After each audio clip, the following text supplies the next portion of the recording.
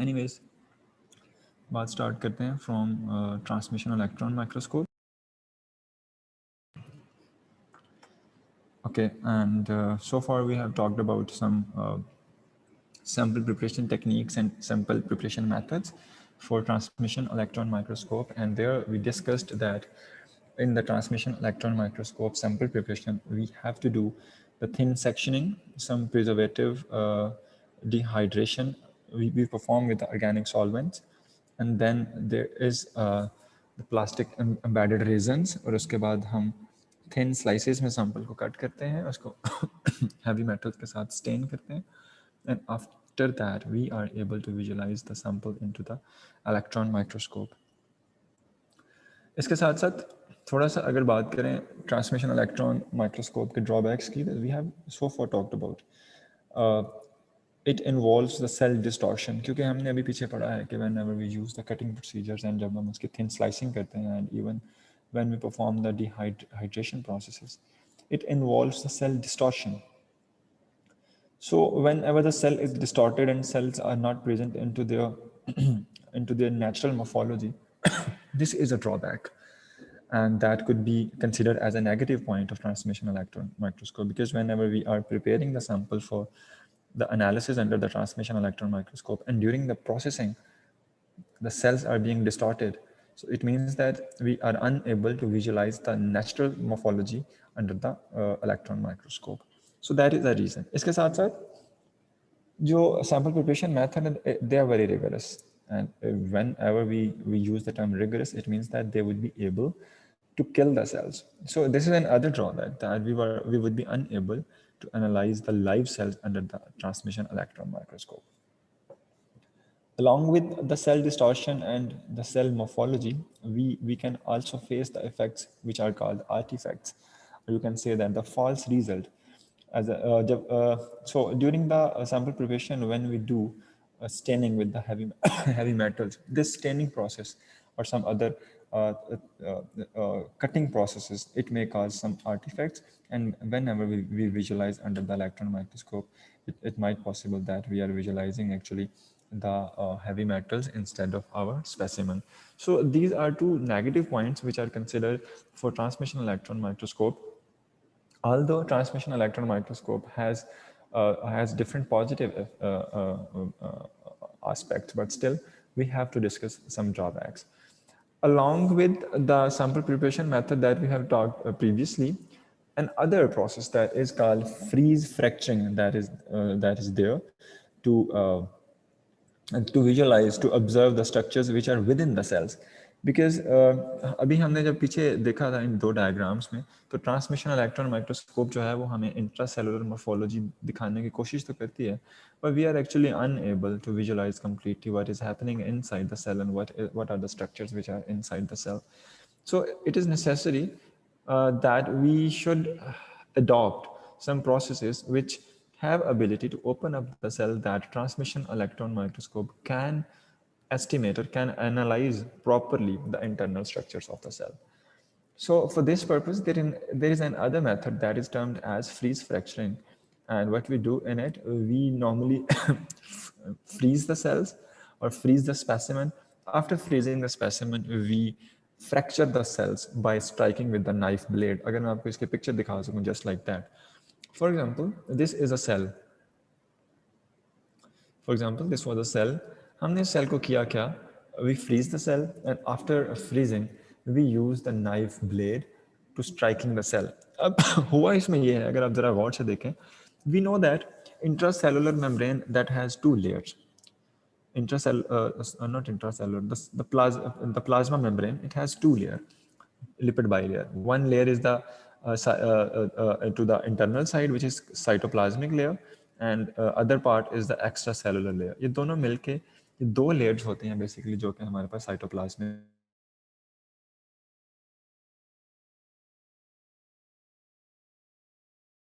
and in the lipid bilayer the proteins which are embedded, तो ये proteins embedded हैं basically इसके अंदर ना.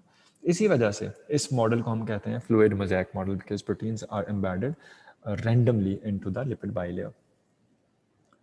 अब टारगेट ये है कि वी वांट टू एनालाइज और विजुलाइज द इंटरनल स्ट्रक्चर। अब यहाँ पे इंटरनल स्ट्रक्चर से मुराद ये है कि ये लिपिड बाइलेयर है, एक लिपिड बाइलेयर के अंदर प्रोटीन्स एम्बेडेड हैं। करना चाहते हैं कि लिपिड बाइलेयर के अंदर प्रोटीन्स किस पैटर्न में एम्बेडेड हैं। So for this purpose, it is required to open the lipid bilayer. Lipid bilayer को बिल्कुल जिस तरह से इस पिक्चर के अंदर ओपन किया हुआ है, एक साइड इधर को और दूसरी साइड जो है इधर को open. So it is required to open the lipid bilayer. So what we do for this process, इसके लिए हम सेल को फ्रीज करते हैं. Whenever the cell is frozen, we use the knife blade to strike the cell. बिल्कुल इस तरह से जिस तरह यहाँ पे आप देख रहे हैं knife blade जो है सेल को स्ट्राइक कर रहा है.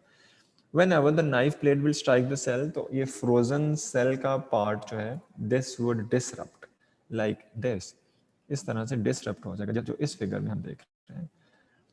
जो साइटोप्लाज्मिक मेम्ब्रेन की एक्स्ट्रा सेलुलर लेयर है, that would attach with the ice layer and that would be disrupted apart from the cytoplasmic layer which is internal to the upper layer.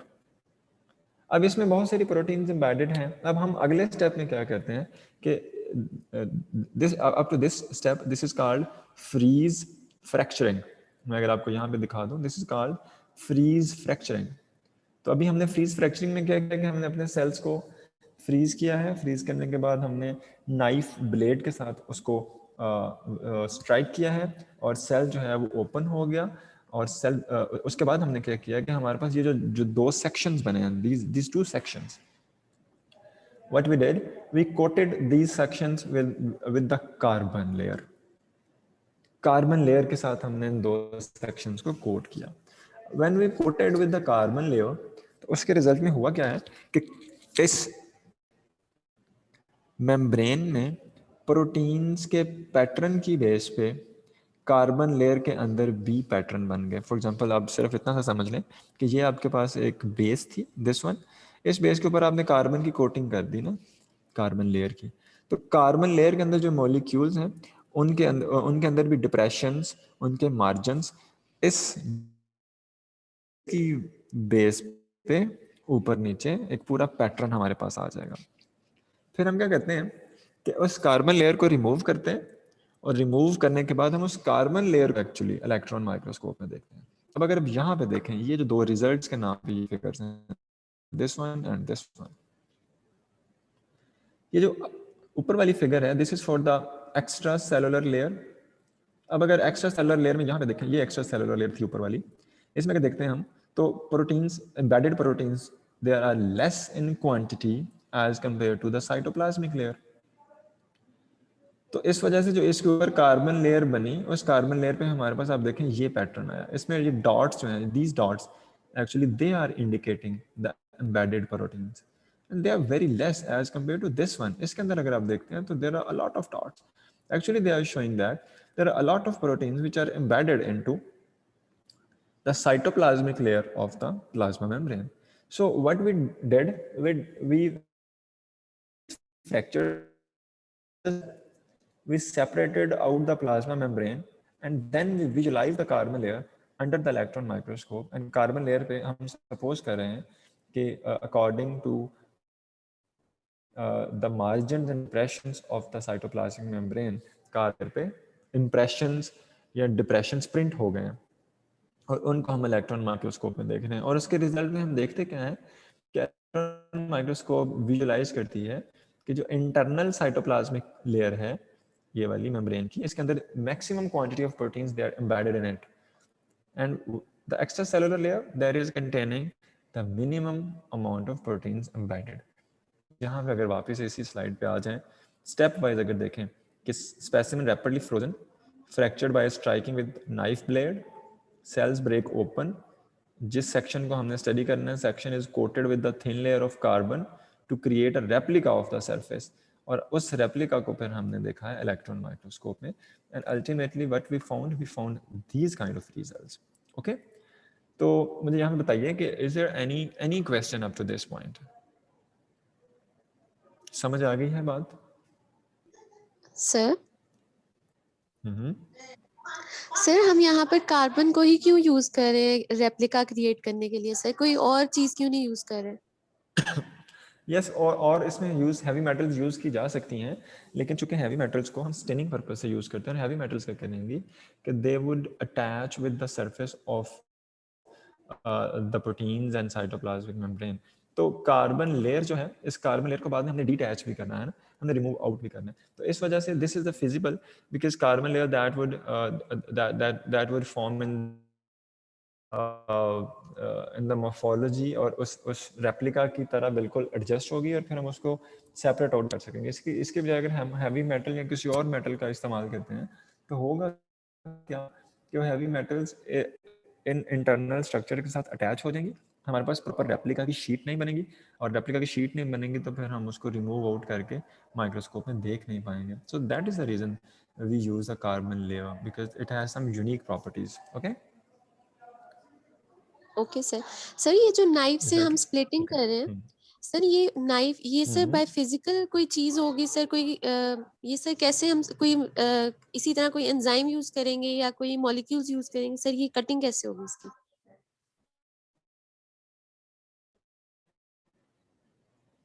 No this is knife, ये बिल्कुल knife जो जो चाकू हो ये। अच्छा यहाँ पे पिक्चर के अंदर सिंगल सर आपकी आवाज नहीं सही आ रही।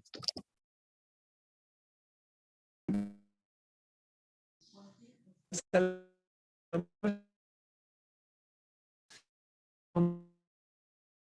हम नाइफ स्ट्राइकिंग करते हैं, होता क्या है नाइफ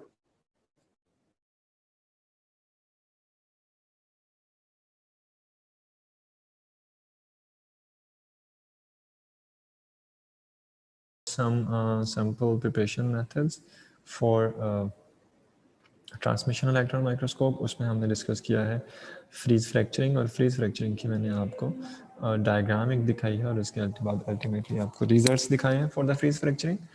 उसके बाद आगे अगर मूव करते हैं तो एक और हमारे पास फ्रीज फ्रैक्चरिंग की ही मॉडिफिकेशन है ट्रांसमिशन इलेक्ट्रॉन माइक्रोस्कोप में।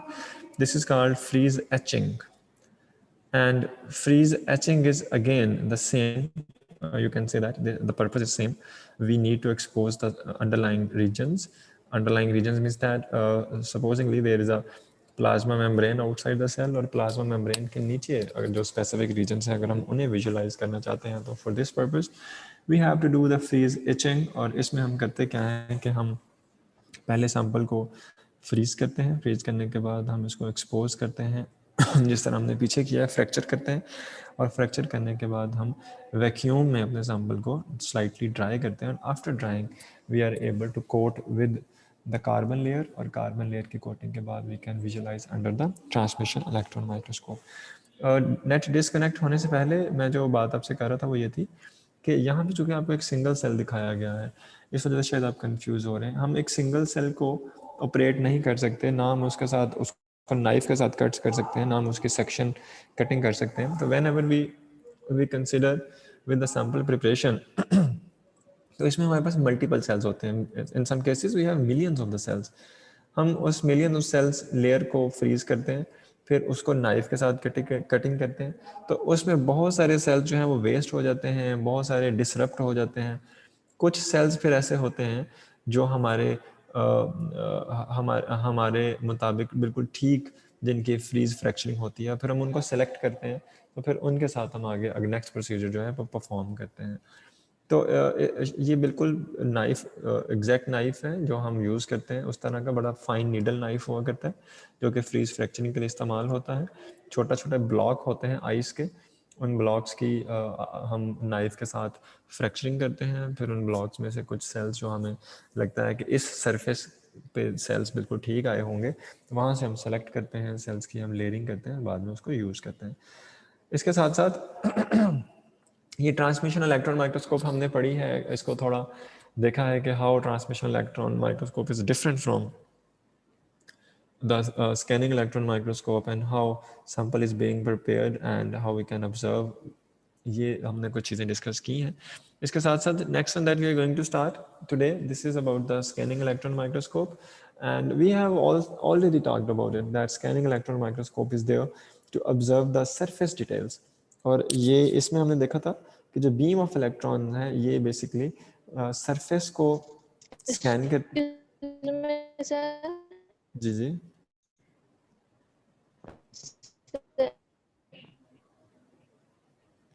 आपकी आवाज़ नहीं आ रही बच्चे।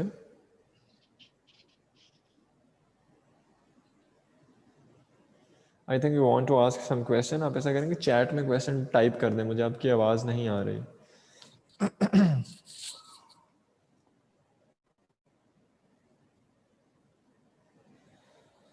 ओके जी, मेरी आवाज़ आ रही है ना आप सबको?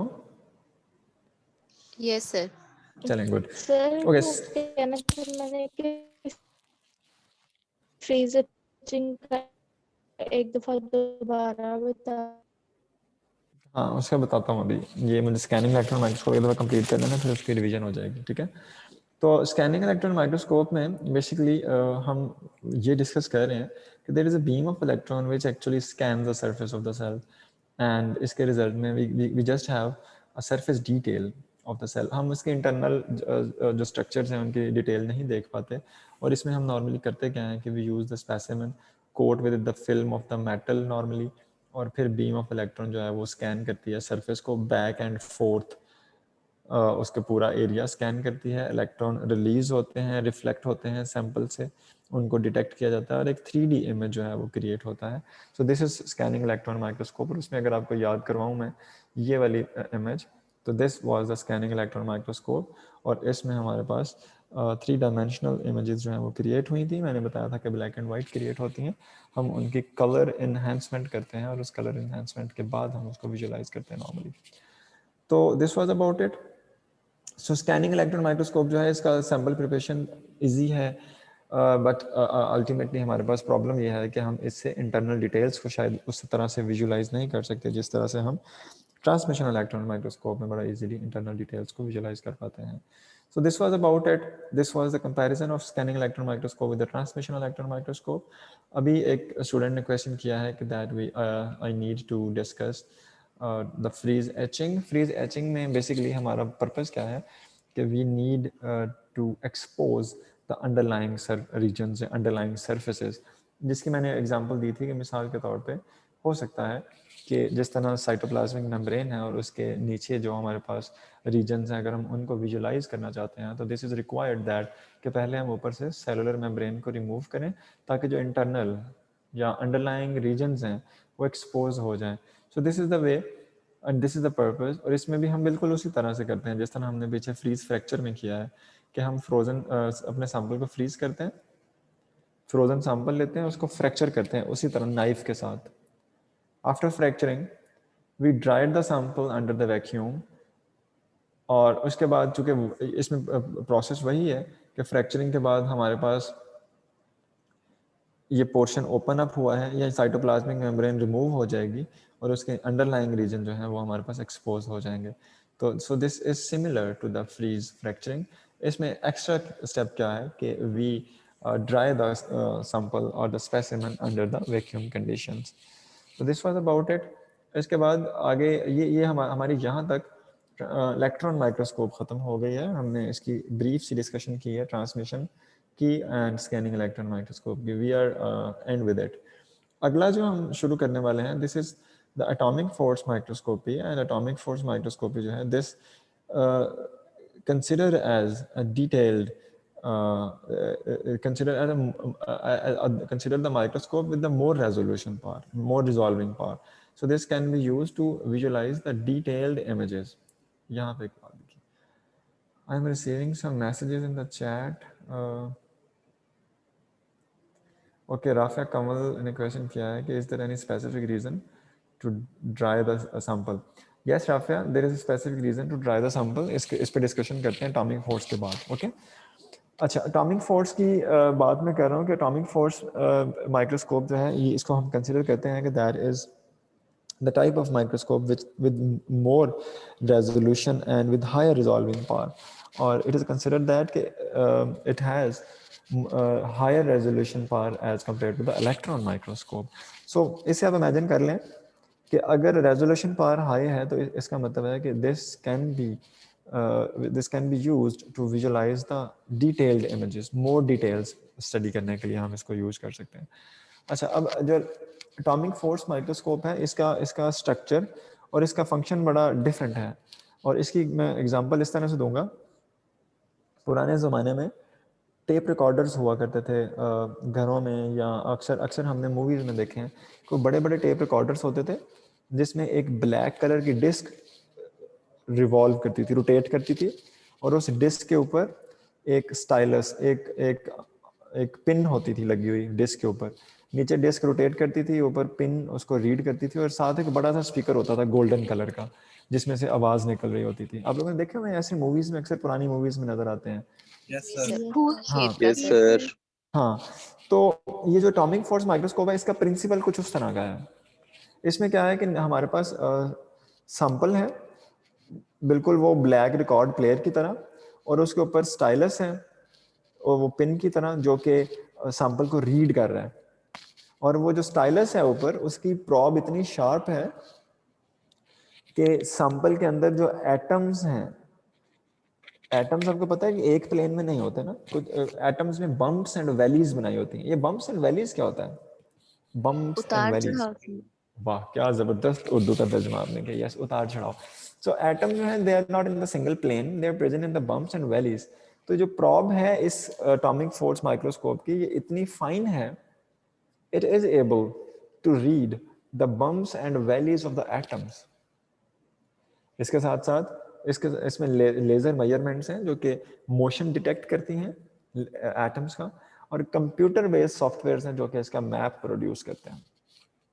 सो इस फाइननेस की वजह से we consider it more we consider it more fine as compared to electron microscope, and we can visualize more detailed images as compared to electron microscope. So यहाँ पे एक सेंटेंस लिखा है कि resolving power is much greater than electron microscope. No painstaking sample preparation. इसके लिए हमें sample preparation करने की भी उस तरह से ज़रूरत नहीं है जिस तरह से हमने भी पीछे देखा ट्रांसमिशन इलेक्ट्रॉन माइक्रोस्कोप में। sample preparation एक अच्छा खासा painstaking काम है। Can be observed in a liquid or air. हमने इलेक्ट्रॉन माइक्रोस्कोप में पढ़ा था कि हमें वैक्यूम प्रोवाइड करना है, और वैक्यूम इसलिए प्रोवाइड करना था कि ताकि बीम ऑफ इलेक्ट्रॉन जो है वो डिस्टॉर्ट ना हो। बट एटॉमिक फोर्स माइक्रोस्कोप के केस में हमें वैक्यूम प्रोवाइड करने की भी जरूरत नहीं है। We can observe it in the presence of air, and even our sample is in the liquid form, और sample is in the liquid media, तो हम उस लिक्विड मीडिया के अंदर भी उसको स्टडी कर सकते हैं। इसका मतलब क्या हुआ कि अगर हमारे पास सैंपल प्रिपरेशन मेथड्स रिगरस नहीं है, तो इसका मतलब है कि एटॉमिक फोर्स से हम लाइव सेल्स को, लाइव मैकेनिज्म्स को जो सेल के अंदर हो रहे हैं उनको स्टडी कर सकते हैं। सो this is actually the atomic force microscope. इसकी आपको एक इमेज दिखाता हूँ ये वाली जो इमेज जनरेट की है इसने। आप में से कोई मुझे बता सकता है कि इस इमेज में क्या है? ये क्या नजर आ रहा है इस इमेज में जो आप देख रहे हैं? थ्रेड वो सर थ्रेड नजर आ रहा है, थ्रेड नुमा chromosome का। स्ट्रक्चर है सर। हाँ, थ्रेड नुमा है, लेकिन किस चीज का थ्रेड है मुझे बता सकते हैं? Any idea about it? Chromosome का सर। क्रोमोसोम। अच्छा, अगर ये थ्रेड है क्रोमोसोम का, तो ये जो कुछ DNA। पॉइंट्स, इसमें कुछ पॉइंट्स ये बड़े बड़े हाईलाइट्स हो रहे हैं, ये ज्यादा चमकदार नजर आ रहे हैं, ये क्या है फिर? अगर ये सर हमें पता है कि एंजाइम्स अटैच होते हैं, शायद सर ये वो गोल गोल नजर आ रहे हो, स्टोन प्रोटीन रंगीन मतलब होते हो ये। हम्म, किसी जगह पे हेलिकेज होता होगा, किसी जगह पे पॉलीमरेज होता होगा sir. Any other idea? Histone protein. Any other idea?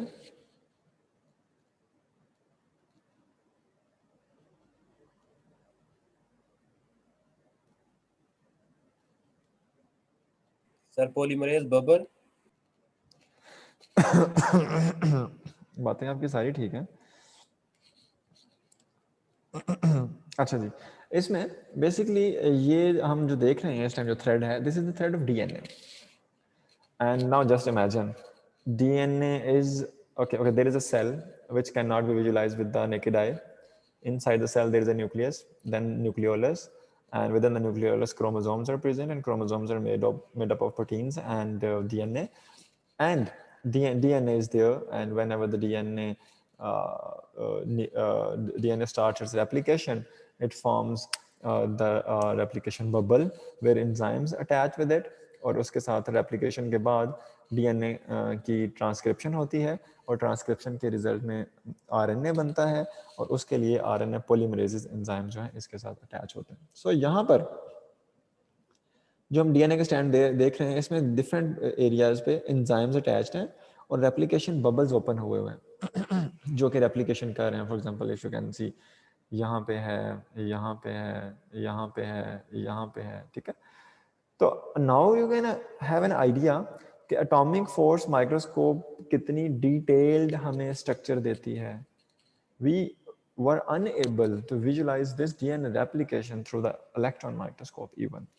But now we are able to study the phenomena under the atomic force microscope. और ये इसकी फाइननेस की एक एग्जांपल है जो कि हमने डिस्कस की है अभी. This is actually, so we can say that this has more power and this has a high resolving power as compared to electron microscope. So this was all about the microscopic portion. Microscopic technique के बारे में हमने बात की है, इसका portion सारा का सारा डिस्कस किया है. इसमें चंद माइक्रोस्कोपिक टेक्निक्स हमने स्टडी की हैं. If you guys have any question और in future if you have any question you may ask, क्योंकि ये मैंने आज इसके जो रिकॉर्डिंग रहती हैं, रिकॉर्डिंग लेक्चर्स की मैं अपलोड कर दूंगा, आप उसको देखिएगा और देखने के बाद मुझे बताइएगा कि आप क्योंकि मसले मसाइल आएँ तो हम इसको डिस्कस कर सकें. Excuse me sir. जी सर, एटॉमिक फोर्स माइक्रोस्कोपी का जो स्ट्रक्चर है वो एक दफा दोबारा बता दें.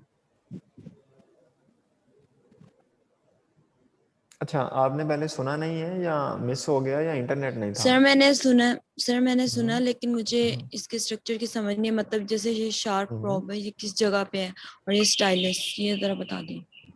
अच्छा, मैंने इसकी एक एग्जांपल दी थी, वो टेप रिकॉर्डर वाली, वो सुनी थी आपने? जी सर सुनिए, लेकिन मुझे हाँ. ना वो उस रेडियो का स्ट्रक्चर ज़हन में नहीं है. अच्छा, रेडियो का स्ट्रक्चर भी ज़हन में नहीं है आपके. चलें, मैं पहले रेडियो का स्ट्रक्चर पहले दिखा दूं. जी दिख रहा है? जी सर. हाँ, इसमें जो नीचे एक डिस्क है, this disc is actually like the specimen, और उसके ऊपर ये प्रॉब है जिसको हम स्टाइलस कह रहे हैं, स्टाइलस. अब ये डिस्क नीचे यानी कि सैंपल नीचे मूव करता जाएगा, और जो ऊपर प्रॉब है ये इसको रीड करेगा. अब यहाँ मैंने बताया था कि ये प्रॉब इतना फाइन है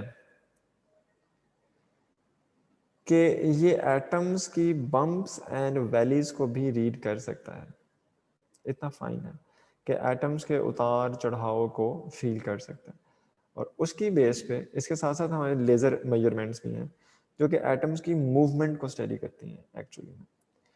तो इसके रिजल्ट में whenever we are using this stylus to study the bumps and valleys of atom, साथ ही साथ हम एटम की मूवमेंट को स्टडी कर रहे हैं. तो ultimately we can say that because we are actually studying the position of the atom, so this microscope could be considered as more refined, more microscope with the high resolving power. तो उसके पीछे उसका concept ये है जो मैंने अभी बताया था थोड़ी देर पहले. Okay, I hope you got it. चलें, सही है. ओके जी.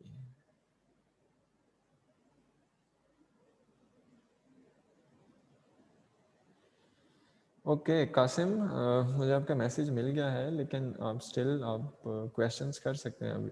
अभी साथ साथ क्वेश्चन अगर करें तो मैं आपके बहुत सारे पॉइंट्स क्लियर कर सकता हूँ, ठीक है. But still I can understand that.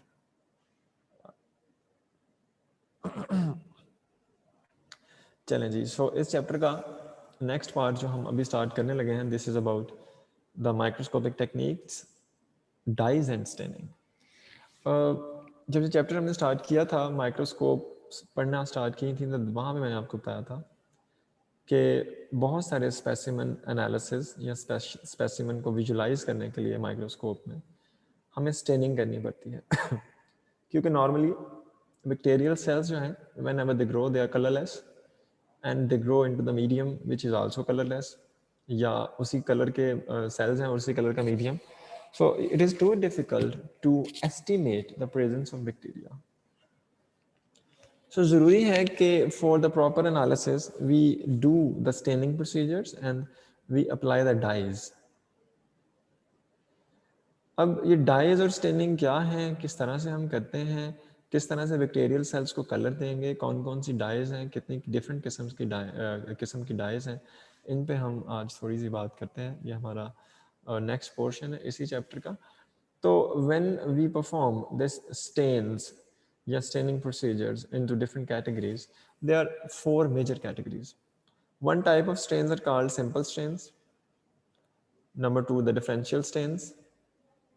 Number 3, the special stains. Number 4, the fluorescent dyes and tags.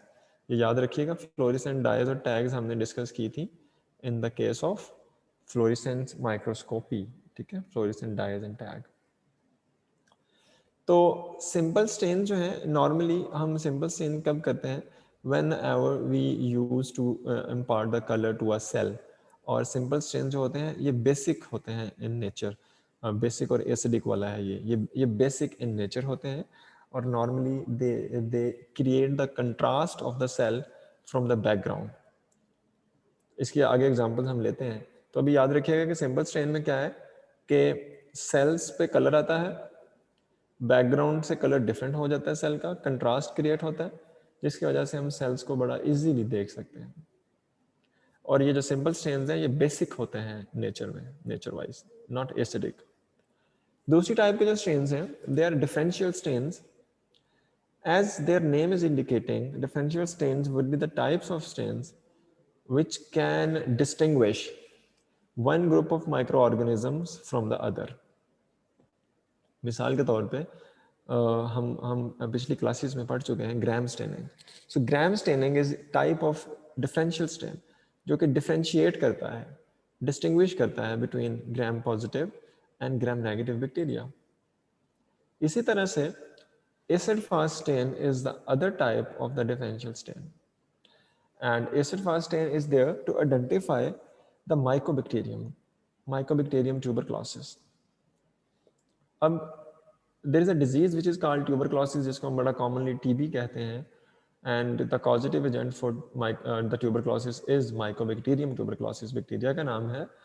And if we have a sample and we are suspect of the presence of Mycobacterium tuberculosis in the sample, what will we do? We would perform the acid fast stain, and as a result of acid fast stain जो Mycobacterium होगा sample में वो different colour का appear होना शुरू हो जाएगा, और जो दूसरे बैक्टीरिया हैं they would appear in a different color. So we can say that the acid fast stain is also a type of differential stain. इसके साथ साथ आगे आता है special stains. What they do, special stain में हम क्या करते हैं, अब थोड़ा सा अब अपने नॉलेज को ज़रा रिकॉल करें.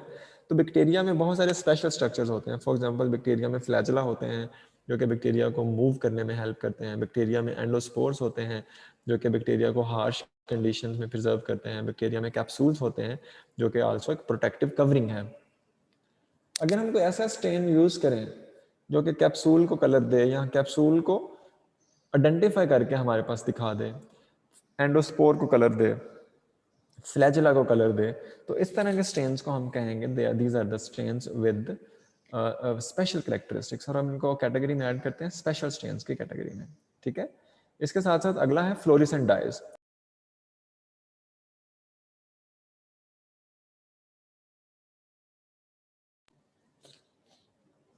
फ्लोरेसेंट डाइज और टैग्स जो हैं इनके बारे में हम पढ़ चुके हैं जब हमने फ्लोरेसेंट माइक्रोस्कोप पढ़ी थी.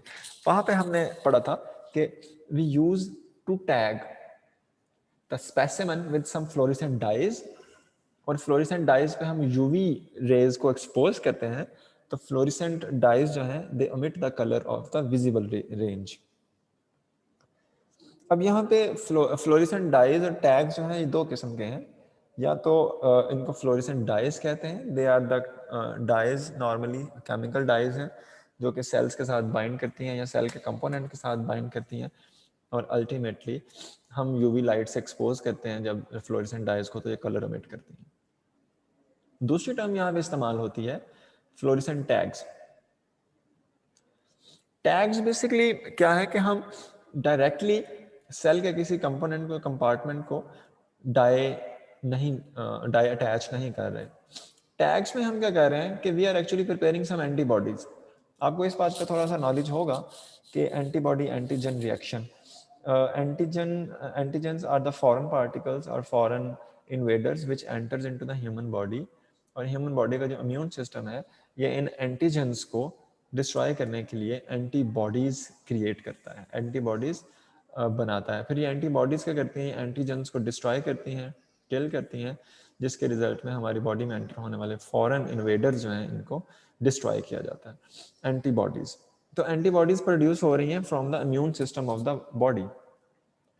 अब कोई भी एंटीबॉडी जो है that is considered as very specific to the antigen.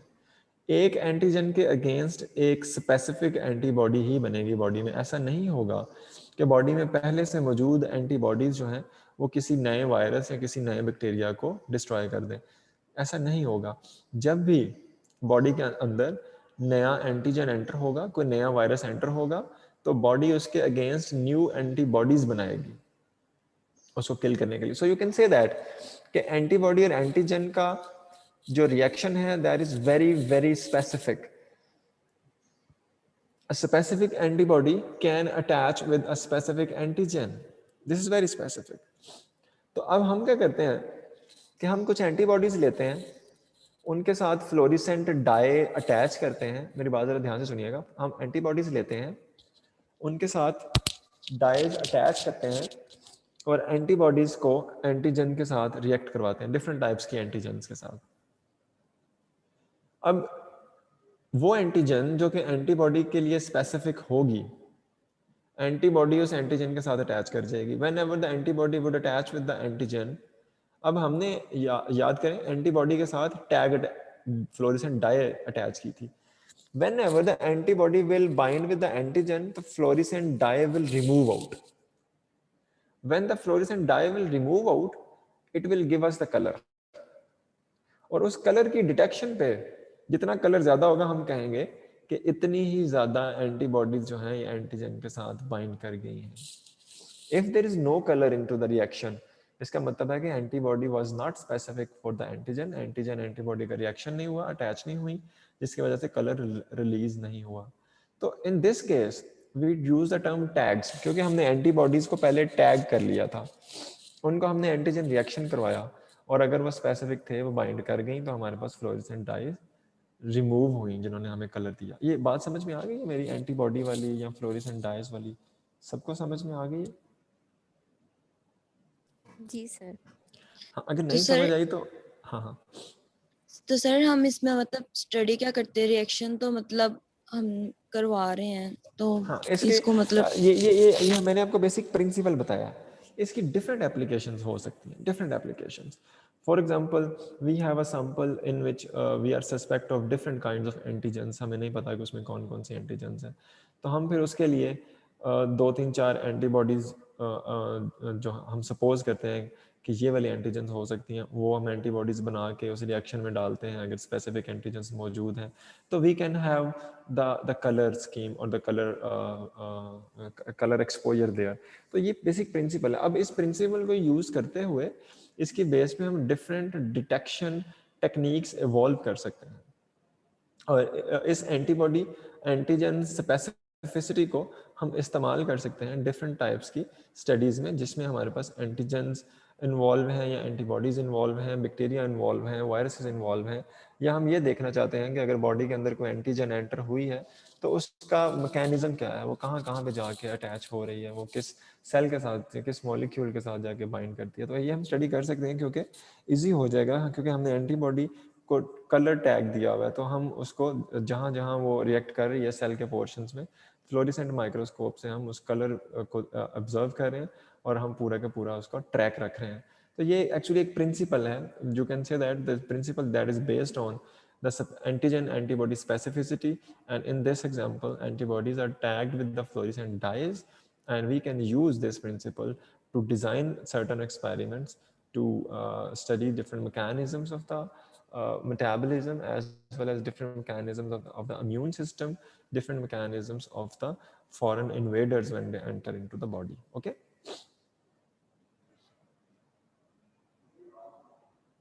Excuse me sir, reaction तो मतलब पहले हमने इसका करवा दे तो माइक्रोस्कोप में मतलब हमने क्या चीज ऑब्जर्व करनी है फिर?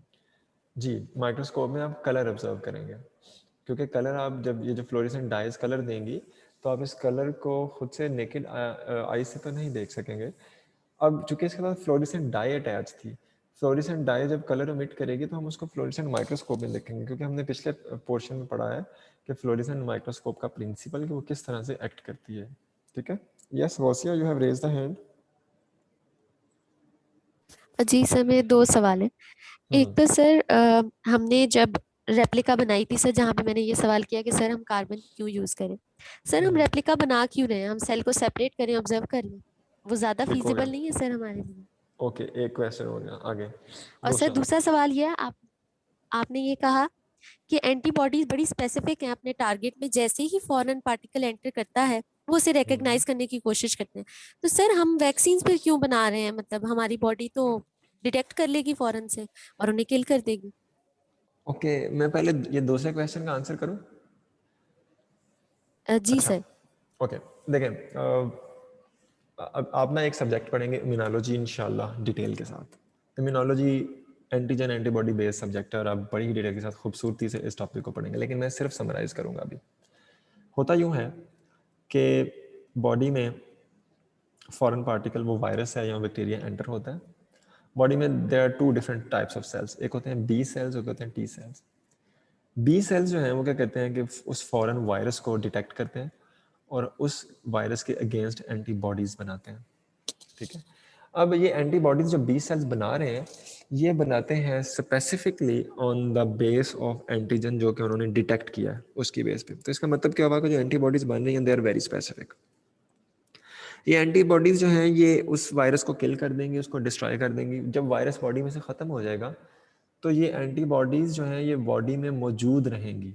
एक दफ़ा एंटीबॉडीज़ बन गई, बॉडी में मौजूद रहेंगी। अगली दफ़ा जब सेम वायरस अटैक करेगा तो एंटीबॉडीज़ ऑलरेडी मौजूद हैं, दे वुड डिस्ट्रॉय इट। नई एंटीबॉडीज़ बनाने की हमें ज़रूरत नहीं पड़ेगी। एक बात। दूसरी बात यह है कि हम वैक्सीन क्यों बनाते हैं। अब वैक्सीन क्या है? वैक्सीन हम यूज करते हैं अटेनुएटेड वायरसेस। अब कोविड वैक्सीन की एग्जांपल ले लें, बड़ी इंपॉर्टेंट आजकल इसकी डिस्कशन चल रही है कोविड वैक्सीन की। What we do in the Covid vaccine, हम अटेनुएटेड वायरसेस को यूज करें, यानी कि हमने कोविड का वायरस लिया, उसको अटेनुएट किया, उसको वीक किया। इतना वीक किया कि जब हम उसको पेशेंट की या किसी भी इंडिविजुअल की बॉडी में इंसर्ट कर रहे हैं तो वो इतना वीक है कि वो सिम्टम्स क्रिएट नहीं कर पा रहा, वो बॉडी को बैडली इफेक्ट नहीं कर पा रहा, लेकिन चूंकि वो है तो वायरस, बॉडी के बी सेल्स उसको डिटेक्ट करेंगे और फौरी तौर पे उस वायरस के अगेंस्ट एंटीबॉडीज बना देंगे। अब चूंकि हमने उसको उस वायरस को इतना वीक कर दिया है कि पेशेंट के अंदर उसने इन्फेक्शन तो कॉज नहीं किया, लेकिन उसने बी सेल्स को एक्टिवेट कर दिया है कि बी सेल्स एंटीबॉडीज बना दें। अब एंटीबॉडीज बॉडी में बन गई हैं, ठीक हो गया। अब होगा कि आगे खुदा ना खास्ता किसी को कोविड का इशू हो जाता है और उसकी बॉडी में वायरस अटैक करता है, now the antibodies are already present there, क्योंकि उस वैक्सीन ली थी, एंटीबॉडीज बन चुकी हैं।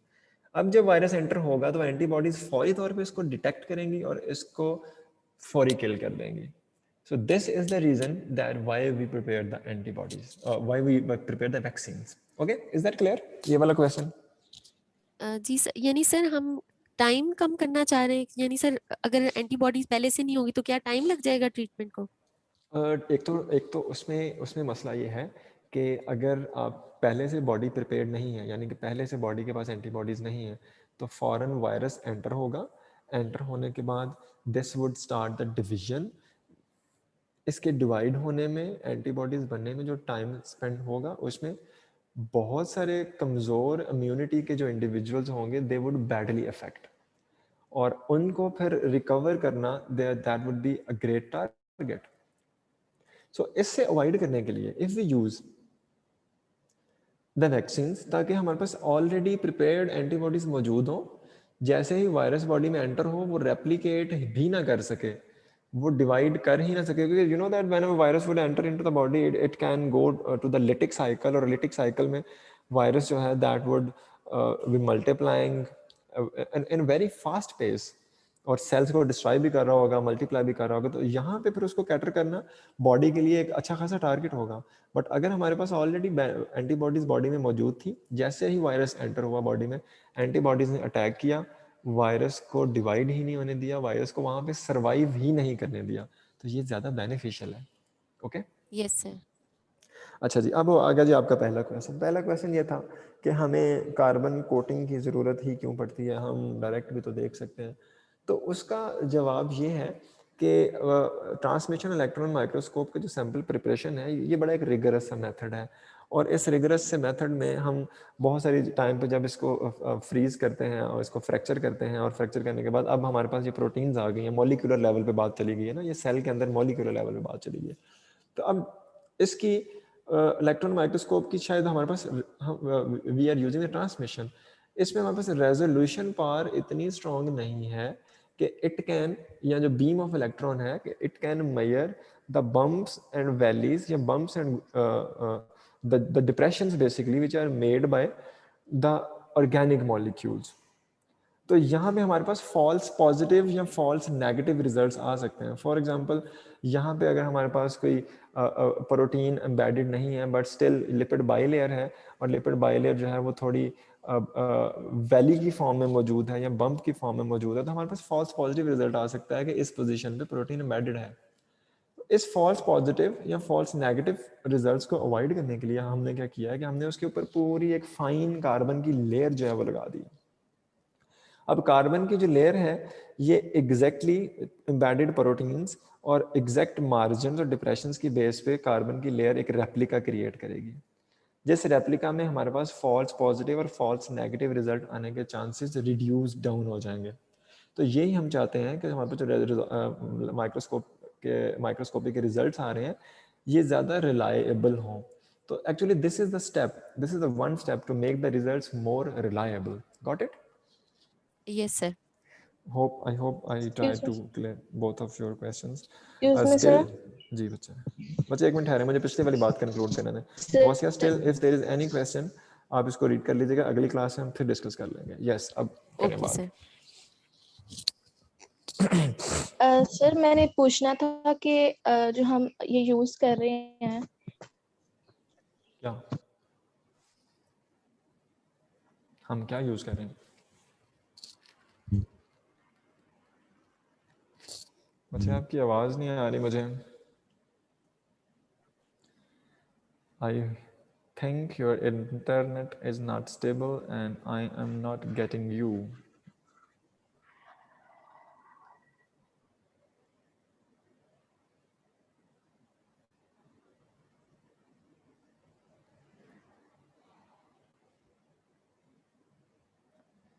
Am I audible? मेरी आवाज आ रही है आप लोगों को?